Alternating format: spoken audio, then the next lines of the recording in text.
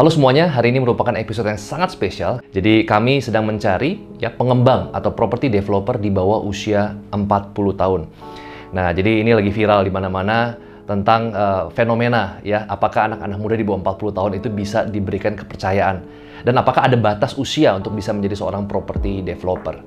Nah, kalau misalkan teman-teman ada berpikir, oke, jadi property developer itu adalah pekerjaan atau karir sebagai orang-orang yang memang rata-rata usia berapa? Di atas 40. Di atas 45 tahun atau misalkan di atas 50 tahun. Nah, di sini saya mau katakan bahwa sebenarnya property developer tidak punya batas usia, untungnya. Jadi nggak ada peraturan yang perlu diubah. Ya, teman-teman mau umur 20 tahun, 25 tahun, 35 tahun, atau di bawah 40 tahun, itu semua bisa. Dan kebetulan, saya punya privilege untuk bisa memulai karir sebagai property developer itu dari usia 22 tahun. Dan mungkin supaya teman-teman nggak bingung ada gap kok jauh banget 22 tahun Pak Bong bisa mulai karir sebagai property developer, dan di sini saya akan kasih sedikit mungkin cerita singkatnya. Saya nggak akan panjang-panjang, tapi cerita singkatnya bagaimana saya mulai dan kemudian bagaimana teman-teman bisa menjadi property developer juga di bawah usia 40 tahun. Nah, cerita awalnya dimulai tahun 2009. Ya, pada saat itu saya usia 22 tahun kurang lebih, dan pada saat itu adalah timing atau cycle yang sangat tepat untuk memulai industri properti. Jadi nggak semua cycle itu tepat. Nah, 2009 kebetulan cycle-nya lagi betul-betul sangat tepat, lagi naik. Variabel kedua adalah saya bertemu dengan landowner yang memang memberikan keringanan. Ya, jadi biasanya kita kalau developer tuh ada dua tipe landowner. Yang pertama adalah memberikan keringanan pembayaran, jadi dicicil selama 2 tahun. Kemudian yang kedua adalah pemilik atau landowner yang bisa memberikan kerjasama lahannya. Jadi kita nggak perlu bayar lahannya, tapi kita kerjasamakan nanti bagi hasil. Jadi kita akan bayar lahannya itu sesuai dengan penjualan. Nah, kebetulan saya memulai dengan bertemu dengan landowner yang cukup baik memberikan keringanan seperti ini. Sehingga akhirnya kita bisa memulai proyek pertama kita di 2009, yaitu bernama Ubud Village. Ini adalah merupakan sebuah perumahan di daerah Ciledug. Namanya Ubud, bukan di Bali ya, tapi di Ciledug, tapi konsepnya Bali. 5 hektar kita develop, dan 1,5 tahun kurang lebih proyek ini selesai dibangun. Ada 300 rumah dan ada 65 komersial atau ruko. Nah, dari sana, long story short, kita atau Trinity Land mulai melangkah lebih jauh lagi. Ya, kita mulai ingin going to the next level. Kita membeli lahan di Alam Sutra 1 hektar yang sekarang menjadi 2 tower apartemen Brooklyn, juga sudah selesai dibangun, sudah sold out juga. Lalu kemudian kita teruskan membangun di Yukata sekitar 350 unit apartemen yang ada di Alam Sutra. Kita bangun The Smith, Collins, sehingga total kita sudah membangun 6 tower apartemen dan lagi ongoing tower ke-7. Sampailah hari ini teman-teman datang ya secara virtual ke show unit dari proyek terbaru kita yang terbesar, yaitu 95 hektar bernama Sequoia Hills yang berada di Sentul. Nah, jadi itu sedikit story singkat bagaimana saya mulai di usia yang sangat-sangat muda. Nah, apakah betul ya bahwa menjadi property developer itu tidak perlu batas usia? Ya, nah di sini kesannya memang salah satu industri yang paling sulit entry level untuk dimasukin, untuk kita masuk sebagai pemain baru, ya itu adalah properti. Memang saya akuin entry levelnya sangat susah. Tetapi seringkali kita justru melihat entry level yang sulit ini justru menjadi protection untuk bisnis kita. Jadi kalau misalkan entry level bisnis yang gampang tuh contohnya adalah F&B. Teman-teman bikin bisnis F&B, bikin coffee shop, itu gampang banget ya. Semua orang bisa langsung tiba-tiba bikin, sehingga competition-nya akan menjadi sangat ketat ya. Orang-orang bisa sangat mudah mendisrupsi bisnis lama kita. Tapi kalau di properti, yes, entry levelnya susah, tapi juga anti disrupsi. Jadi akan memproteksi bisnis kita. Nah, susah ini bukan berarti kita nggak bisa. Susah ini bukan berarti mustahil. Nah, lewat video ini saya akan membagikan kurang lebih 4 point of view bahwa teman-teman di sini under 40 itu juga bisa jadi property developer. Poin yang pertama, karena semua dari kita ya yang under 40 ini itu pasti pernah punya pengalaman jadi mandor. Ya, mandor itu apa sih? Orang yang mengawasi proyek. Mandor itu skala proyeknya beda-beda. Misalkan teman-teman jadi mandor untuk apartemen studio kalian. Ya, kalian ketemu dengan desainer interior, kontraktor interior, lalu kalian mandorin. Kalian lihat di Pinterest konsep interior design, kemudian kalian beli sendiri wallpapernya, kalian tanya harganya, nego sendiri. Kemudian pasang misalkan parkitnya, kalian sudah cek beberapa harga brand parkit, lampunya, AC-nya. Ya, itu mungkin untuk skala yang terkecil, yaitu teman-teman menjadi mandor untuk unit apartemen studio kalian. Atau misalkan menjadi mandor pada saat kalian wedding, ya resepsi pernikahan. Kalian bekerja sama dengan vendor, kontraktor untuk wedding. Kalian tahu bahan-bahannya, materialnya, kalian nego, kalian bandingkan, ya, kalian tenderkan, dan masih banyak lagi. Jadi setiap dari kita, dari skala yang terkecil sampai sedang, misalkan teman-teman mungkin pernah membantu untuk memperluas rumah orang tua kita, ada tanah kosong, kita tambahin satu home office di sana, teman-teman jadi mandornya, borongan, ketemu beberapa tukang, lalu nego, semeter kena sekian, atau membangun kolam renang, dan masih banyak lagi. Jadi sebenarnya kalau kita semua sudah punya basic atau pengalaman menjadi mandor untuk skala yang terkecil sekalipun, sebenarnya teman-teman sudah punya modal untuk menjadi seorang property developer. Karena semua prosesnya itu sebenarnya mirip. Ya, proses menjadi mandor tadi atau menjadi property developer itu sebenarnya prosesnya mirip. Hanya beda di skalanya saja. Nah, perspektif yang kedua adalah skala. Tentu, kalau misalkan skala pembangunannya itu mulai lebih besar, tadinya mungkin studio, apartemen yang kita renov interiornya, atau misalkan wedding kita, atau home office di pekarangan rumah kita, tentu akan berbeda kalau misalkan teman-teman memandori project yang, let's say, teman-teman sudah bangun 5 rumah, atau misalkan 10 ruko, ya. Nah, itu udah agak berbeda, atau misalkan 15 gudang.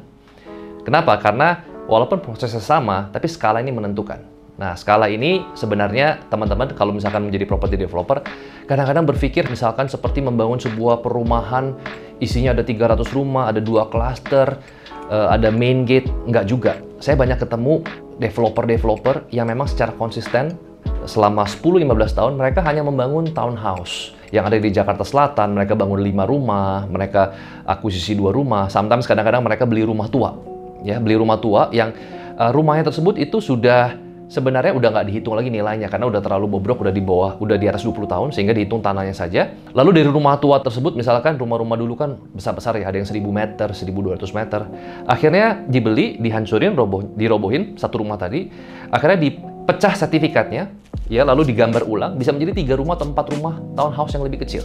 Nah, di sini skala yang lebih besar artinya adalah teman-teman ya udah harus memiliki yang namanya tim, ya udah harus memiliki yang namanya perhitungan tersendiri. Teman-teman harus bisa membuat feasibility study. Tentu kalau misalkan tadinya 1000 meter, cuma satu rumah tua, dihancurin jadi dibagi menjadi 4 rumah baru. Nah, teman-teman harus hitung harga tanah yang kita beli itu berapa. Kira-kira kalau misalkan kita pecah jadi 4 rumah, supaya bisa untung itu kira-kira harus jual dengan harga berapa.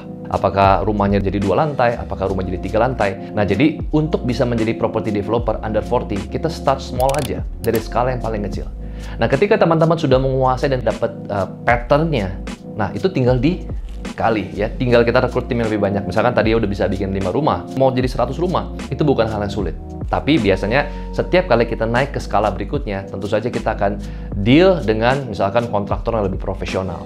Ya, nggak bisa lagi dengan tukang-tukang langganan kita, karena semakin besar skala, ya semakin butuh presisi. Ya, semakin besar skala, di sini teman-teman mulai masuk ke tahap di mana kalian sudah mulai membangun brand dari perusahaan property developer. Jadi bukan hanya membangun aja. Kalau mandor itu kan banyak tuh, ya orang-orang memang beli rumah tua, direnov, dibangun, dijual, tapi tidak punya brand. Nah, kalau skala lebih besar, teman-teman harus bisa mulai membangun brand nama property developer kalian.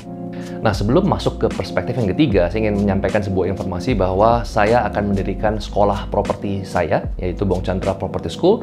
Stay tune sampai di perspektif yang keempat, saya akan sharing lebih detail mengenai apa itu Bong Chandra Property School. Nah, sekarang perspektif yang ketiga, yaitu organizer. Nah, kalau misalkan ada yang bilang, Pak Bong jadi developer sudah 15 tahun. Ya, total saya sudah membangun lebih dari 6.000 unit apartemen, rumah, dan juga ruko. Ya, ini combine, jadi komersial dan residensial. Ada 6.000 unit yang sudah deliver, sudah selesai dibangun. Nah, pertanyaan adalah, apakah Pak Bong itu adalah seorang lulusan teknik sipil? Jawabannya adalah bukan. Yang kedua, apakah Pak Bong itu adalah lulusan arsitektur? Itu juga bukan. Ya, jadi ternyata kalau misalkan orang-orang berpikir kita perlu yang namanya expertise di bidang properti atau misalkan sipil atau minimal arsitektur atau interior design, itu nggak tepat. Ya, kenapa? Karena sebenarnya menjadi property developer itu ini sama seperti menjadi event organizer, sama seperti menjadi wedding organizer. Misalkan sebagai contoh, ketika kita mendevelop sebuah lahan, ya, ketika kita mendevelop sebuah lahan, yang membangun lahan tersebut nanti menjadi sebuah rumah atau ruko atau apartemen, itu bukan developer, tapi kita akan menunjuk vendor, kita akan menunjuk kontraktor atau main kontraktor. Nah, setelah kita tunjuk main kontraktor, tentu sambil jalan kita akan mencoba untuk menjual properti tersebut. Ya. Nah, pada saat menjual properti tersebut, kita juga bisa appoint, ya, broker properti. Misalkan seperti Ray White, ya, seperti Century 21, kemudian Era Property atau Snap Inc. Nah, jadi kita menunjuk pihak ketiga lagi. Ya. Kemudian misalkan teman-teman ingin desainnya, arsitekturnya, kemudian master plan. Kita harus appoint master plan sebagai vendor kita, kemudian arsitek, interior design. Bahkan ketika nanti properti sudah dibangun, seperti apartemen yang sudah dibangun oleh Trinity Land, kita akan meng-appoint property management untuk mengelola properti tersebut. Walaupun ada opsi di mana kita bisa kelola sendiri, tapi saya lebih memilih untuk appoint property management. Jadi sebenarnya lantas apa yang dikerjakan Trinity Land itu hanya menjadi organizer, ya, organizer. Jadi teman-teman akan ketemu dengan multiple vendors, ya, multiple talent, multiple expertise, dan tugasnya kita adalah kita meng-acquire lahan. Bahkan di sini, ketika teman-teman sudah punya brand properti yang kuat, kalian nggak perlu lagi meng-acquire lahan, karena sebenarnya kalian bisa kerjasama sama pemilik lahan, sehingga nggak perlu mengeluarkan dana yang besar untuk bisa membeli tanah tersebut, karena kita bisa kerjasama, dan kita bisa bayar lahan tersebut sesuai dengan progres penjualan. Perspektif yang keempat, inventory. Nah, ini menarik banget ya. Ada yang bilang, Pak, kalau misalkan saya 20 tahun atau 25 tahun, kayaknya tetap walaupun bisa kerjasama dengan pemilik lahan, tapi bagaimana cara mulai? Step pertamanya apa? Nah, ini mungkin pertanyaan yang mungkin banyak banget saya dapati ketika saya misalkan diundang di university. Nah, di sini saya ingin teman-teman semua untuk punya perspektif. Kalau teman-teman masih nggak punya apa-apa, atau memulai betul-betul dari nol, tapi ingin menjadi seorang property developer, maka jalan yang paling make sense untuk memulai itu semua adalah menjadi seorang property agent. Ketika saya bertemu dengan banyak property developer, ya, saya bisa katakan mungkin 50% diantaranya property developer yang sekarang ada, itu ternyata mereka ex dari property agent. Ya, jadi itu adalah pathway-nya. Kenapa? Apa hubungannya? Kalau misalkan bisa nggak kita jualan mobil, ya, jadi sales mobil terus akhirnya kita punya showroom, mungkin. Tetapi kalau misalkan kita menjadi property agent, most likely akan menjadi property developer. Kenapa? Karena ketika kita menjadi property developer, salah satu yang paling penting itu adalah inventory. Inventory itu adalah ketika kita bisa punya list lahan atau lokasi yang bagus. Kita bisa punya lokasi properti yang bagus. Dan itu semua bisa kita dapetin ketika kita punya informasi, ketika kita punya klien. Dan cara untuk mendapatkan informasi atau klien yang paling mudah, yang paling murah, yang paling cepat dengan menjadi property agent. Mungkin awalnya kita hanya membantu penjualan dari beberapa unit-unit secondary atau developer-developer besar. Kita sebagai property agent kita bantu jual, ya. Tapi over time, selama 3 tahun sampai 5 tahun, teman-teman akan punya database, list of database. Teman-teman akan mempunyai list of inventory.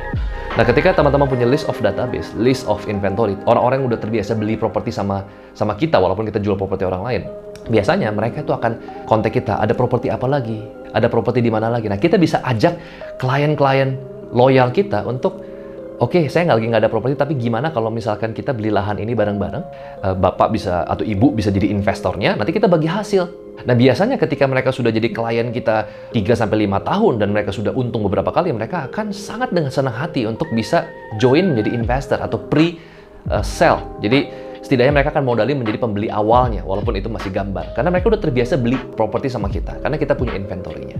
Jadi sama halnya ketika teman-teman lihat kenapa kok ada banyak sinema atau bioskop yang punya kursi yang mungkin teknologinya bisa mijit kita, kemudian lebih nyaman daripada XS1, tapi ujung-ujungnya tetap nonton di XS1. Karena balik lagi orang nonton itu ya tergantung filmnya apa. Ya, di sini XS1 punya distribusi film yang atau inventory film yang lebih baik, box office.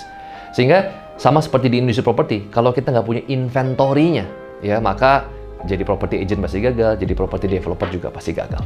Nah, kembali ke hutang saya, ya. Saya mendirikan Bong Chandra Property School setelah kurang lebih 15 tahun saya di properti, dan saya cari property school yang betul-betul diajar oleh praktisi, itu hampir nggak ada. Saya banyak ketemu sekolah saham, saya banyak ketemu sekolah digital marketing, sekolah properti itu sangat-sangat sulit untuk dicari. Nah, untuk itu saya berinisiatif bekerja sama dengan Finvoke Academy. Kami akan mendirikan Bong Chandra Property School, di mana sekolah ini tentu yang akan sharing langsung dari saya, di mana selama workshop kita juga akan mengajak teman-teman semua untuk bisa langsung turun ke lapangan. Ya, turun ke lapangan langsung ke project-project yang saya bangun, yang Trinity Land bangun. Mungkin nanti kita akan ke Sequoia, kita akan ke Collins, yang betul-betul teman-teman bisa lihat secara visual dan kita akan belajar langsung. Kenapa kita pilih spek ini, kenapa kita bikin rumahnya ukuran sekian kali sekian meter.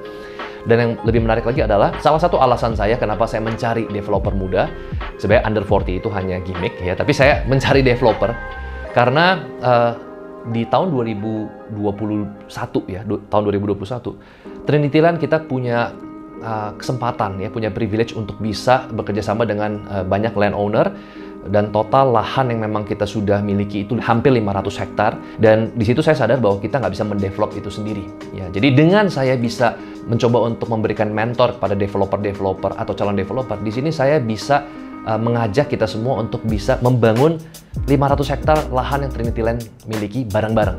Karena saya pelajari seperti misalkan di Sinarmas, di BSD, saya ngeliat walaupun itu milik Sinarmas, tapi dia tidak develop itu sendiri. Dia bekerja sama dengan Hong Kong Land, Tokyo Land, dia bekerja sama dengan Country Garden dari China. Saya juga belajar hal yang sama, bahwa ternyata ini bukan soal semuanya ingin kita kuasai sendiri, tapi bagaimana cara supaya kita bisa kolaborasi dengan developer-developer yang memang, apalagi kalau misalkan graduates dari Bong Chandra Property School. Nah, untuk teman-teman yang ingin tahu lebih lanjut mengenai Bong Chandra Property School, bisa hubungi atau kontak nomor yang ada di bawah saya, atau bisa klik link yang ada di bio saya.